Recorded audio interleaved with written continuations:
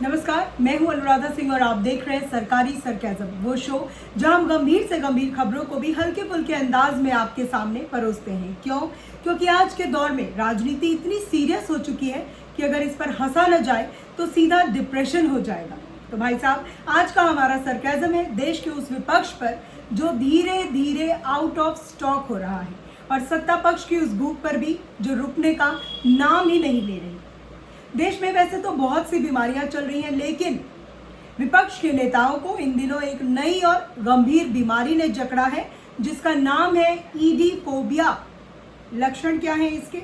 जैसे ही नेताजी के घर केंद्रीय एजेंसी का समन पहुंचता है, उन्हें अचानक रात में कमल का फूल दिखने लगता है, सीने में विचारधारा बदलने की बेचैनी होने लगती है और पैर अपने आप भाजपा मुख्यालय की तरफ भागने लगते हैं।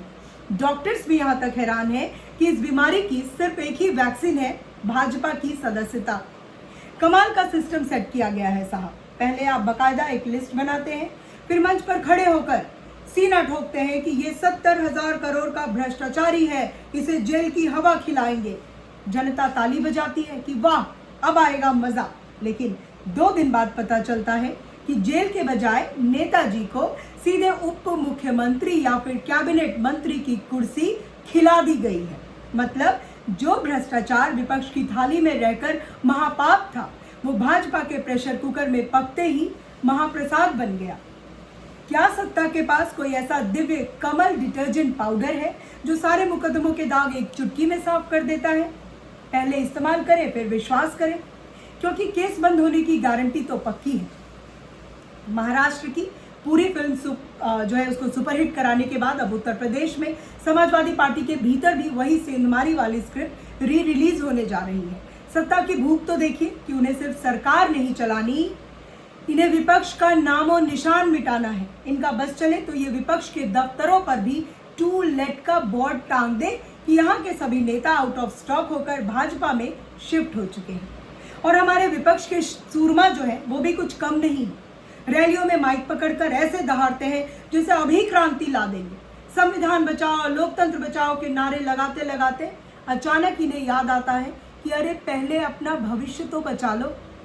जैसे ही एजेंसीज की एक हल्की सी घुर्राहट सुनाई देती है, ये सारे शेर रातों रात भाजपा की चौखट पर भीगी बिल्ली बनकर म्याऊं म्याऊं करने लगते हैं। जनता बेचारी सिर पकड़ कर बैठी है कि भाई, हमने जिसे अपना रक्षक चुना था वो तो खुद का प्रोटेक्शन ढूंढ रहा है। अब जरा आंखें बंद कीजिए और सोचिए कि साल 2029 का लोकसभा चुनाव कैसा होगा। मुझे तो लगता है कि 2029 में चुनाव आयोग को वोटिंग मशीन की जरूरत ही नहीं पड़ेगी। ईवीएम पर सिर्फ एक ही पार्टी का नाम होगा और नीचे लिखा होगा, विकल्प ढूंढने वाले कृपया पाकिस्तान चले जाएं। विपक्ष के नाम पर शायद स्टूडियो में अब सिर्फ एक खाली कुर्सी बची होगी जिस पर लिखा होगा, यहाँ कभी लोकतंत्र रहता था। सवाल बहुत सीधा है, अगर देश में कोई टोकने वाला ही नहीं बचेगा, अगर सत्ता इतनी निरंकुश हो जाएगी कि कोई उंगली उठाने वाला ही ना हो, तो क्या हम एक ऐसे सिंगल पार्टी सर्कस में तब्दील हो रहे हैं जहां जोकर भी सत्ता का होगा और रिंग मास्टर भी? खैर, नेता तो अपनी अपनी वॉशिंग मशीन ढूंढ चुके हैं। अब जनता को सोचना है कि वो इस राजनीतिक ड्रामे पर कब तक ताली बजाएगी या फिर खुद अपनी आवाज उठाएगी।